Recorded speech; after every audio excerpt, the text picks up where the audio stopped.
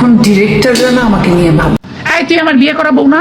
আমার সিনেমা গত ঈদে হিট গেছে। হে গাইস, আসসালামু আলাইকুম, this is psycho star. Title আর থাম্বনেল থেকে অলরেডি বুঝে গেছো ভিডিওটা কি নিয়ে হতে যাচ্ছে।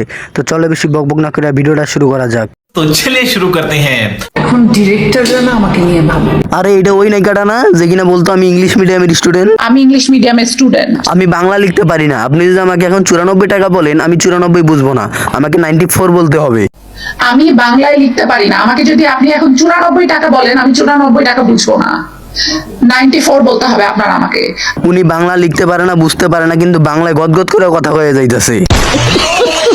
তো ম্যাডাম, বর্তমান আপনি কি চান? কিভাবে দেখতে চাই? ডিরেক্টররা না ভাবলে আমি কিভাবে ভাববো? ডিরেক্টর প্রডিউসার ডিরেক্টর আপনাকে নিয়েও ভাববে যদি আপনি পরিমণির মতো হতে পারেন। ডিরেক্টর আপনাকে যখন যেখানে মাঠে ঘাটে খাটে যখন যেখানে ডাকবে সেখানেই চলে যেতে হবে, ঠিক এমন ভাবে। মানে আমি ব্লেস যে আমি পরীকে যখনই চেয়েছি তখনই পেয়েছি, যেভাবে চেয়েছি সেভাবেই পেয়েছি। যখন যেখানে চাবে মাঠে ঘাটে খাটে সব জায়গায় পেতে হবে তাকে, তাহলেই ডিরেক্টর আপনার কথা শুনবে। আমার সিনেমা গত ঈদে হিট গেছে। আপনার সিনেমা হিট হয়েছে নাকি ফ্লপ হয়েছে এই জন্য আপনারা কিন্তু কেউ চেনে না। আপনারা চিনে এই আকাম কুকাম ইন্টারভিউর জন্য, তাও ইদানিং কয়েকদিন ধইরা। আর আপনার সিনেমার বাইরে একটা শর্ট দেখলাম, মারাত্মক। এ তো দেখি সানি লিওনি চেয়ে বড় পর্ন স্টার। এইরকম নায়িকারে কি আবার ধর্ষণের চেষ্টা করা লাগে নাকি? কিছু টাকা দিলেই তো রাজি হয়ে যায় পরিমণির মতো। তো পরি আপা, আপনি এ বিষয়ে কি বলতে চান? আমি স্নিগ্ধাকে বলবো যে তুমি একটু ধৈর্য ধরো। হ্যাঁ স্নিগ্ধা আপু, পরিমণি যেহেতু বলছে আপনি একটু ধৈর্য ধরেন।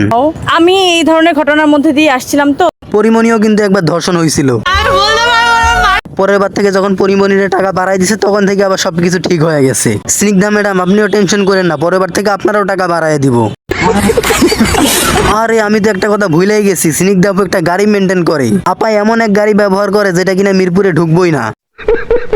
আমি একটা গাড়ি মেনটেন করি, এমন গাড়ি যেই গাড়ি মিরপুরে ঢুকবেই না। কি দরকার এমন গাড়ি ব্যবহার করার যে গাড়ি মিরপুরেই ঢুকে না?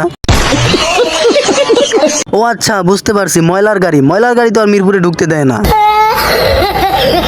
পরে আমি ইমনকে বললাম যে ইমন আমার সাথে এদিকে আসো। এই ইমন আবার কোন চোদ না? তো ইমন রে আপনার কাছে ডাইকে আপনি ইমনের সাথে কি করলেন? ইমন আমাকে ওয়াশরুমে নিয়ে গেল। ও আল্লাহ, ইমন আবার আপনার ওয়াশরুমে নিয়ে যায় কি আকাম করছে? ওয়াশরুমে নিয়ে যাওয়ার পরে দেখি ওয়াশরুম ধরেনি, এটা ওয়াশরুমে ঢুকে দেখি ওয়াশরুমের ভিতরে একটা গোপন ফ্ল্যাট। আই সর্বনাশ করছে রে, ওয়াশরুমের মধ্যে ফ্ল্যাট। আর আমি এক গরিব চোদ না, আমার একটা টিনের ঘরও নাই। ওয়াশরুমের ভিতরে একটা টর্চার সেল, গোপন ফ্ল্যাট, বিছানা টিছানা সবকিছু ওয়াশরুমের ভিতরে। বাহ, খুবই তো সুন্দর জায়গা বানাইছি, ঘুমাইতে ঘুমাইতে হাঁকবো। আমি তো দেখে ভাই, আমি তো দোয়া পড়া শুরু করে দিছি। তো আপা কোন দোয়াটা পড়ছিলেন? আবে সালে। সো গাইস, আজকের ভিডিওটি এই পর্যন্ত। যদি ভিডিওটা ভালো লাগে তাহলে অবশ্যই লাইক কমেন্ট শেয়ার আর চ্যানেলটা সাবস্ক্রাইব করতে ভুলবে না। আজকের মতো আল্লাহ হাফেজ।